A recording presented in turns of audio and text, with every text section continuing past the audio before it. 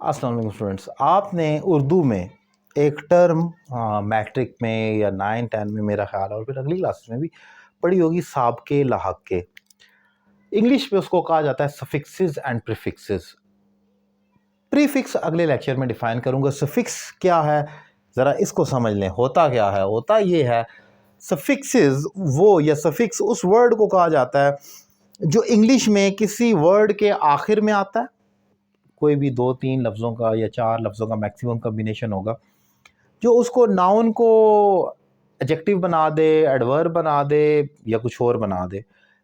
वो किसी शख्स की इंग्लिश अगर वीक है, वो एक लफ्ज़ पढ़ कर ही बता सकता है कि ये एडवर्ब है, ये एडजेक्टिव है, ये नाउन है, क्योंकि उसने सफिक्सेस याद किए होते हैं। अब कैसे ज़रा समझें इस चीज़ को। मेंट, इंग्लिश में जिस लफ्ज़ के साथ भी मेंट आए समझें ये एक नाउन है। जैसे एक्साइटमेंट आप कहते हैं, एम्पावरमेंट कहते हैं, और बहुत सारे अल्फाज आपके ज़हन में इस टाइम आ रहे होंगे जो हम बोलते हैं मेंट के साथ। इम्पीचमेंट, मुआखज़ा कर देना।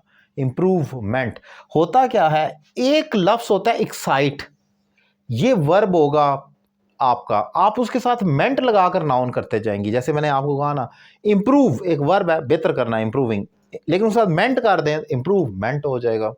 गवर्न बहुत कॉमन है ना, गवर्न चलाना, रन करना।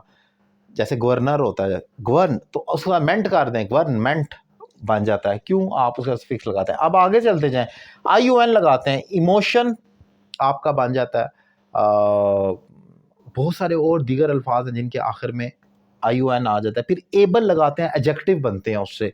जैसे अप्रोच, इसका मतलब है पहुंच होना, अप्रोचेबल जो काबिल पहुंच है।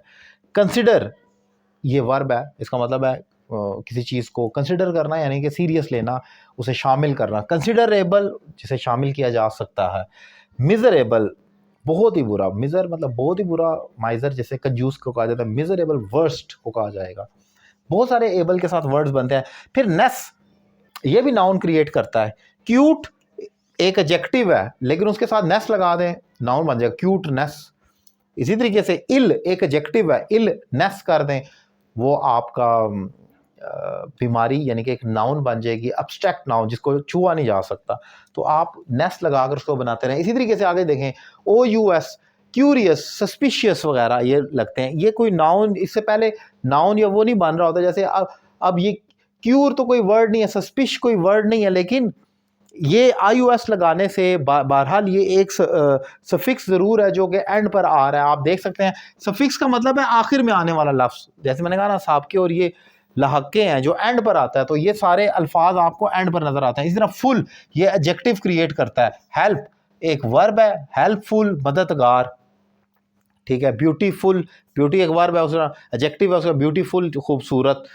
तो ये फिर आप कुछ वर्ब के साथ जो करते हैं, ING, रनिंग, किलिंग, रन होता है ING लगाते हैं। सेकंड थर्ड फॉर्म के ED लगाते हैं पास्ट पार्टिसिपल में, किल्ड किल्ड, वॉश वॉश, सब में ED डालते जाएं, वो बनता है। हाँ, आप LY लगाते हैं, आपको अगर याद हो, एडवर्ब के लिए आप LY लगाते हैं। क्विक तेज, क्विकली, स्लो आहिस्ता, स्लोली, LY लगाते हैं, एडवर्ब क्रिएट करते जाते हैं।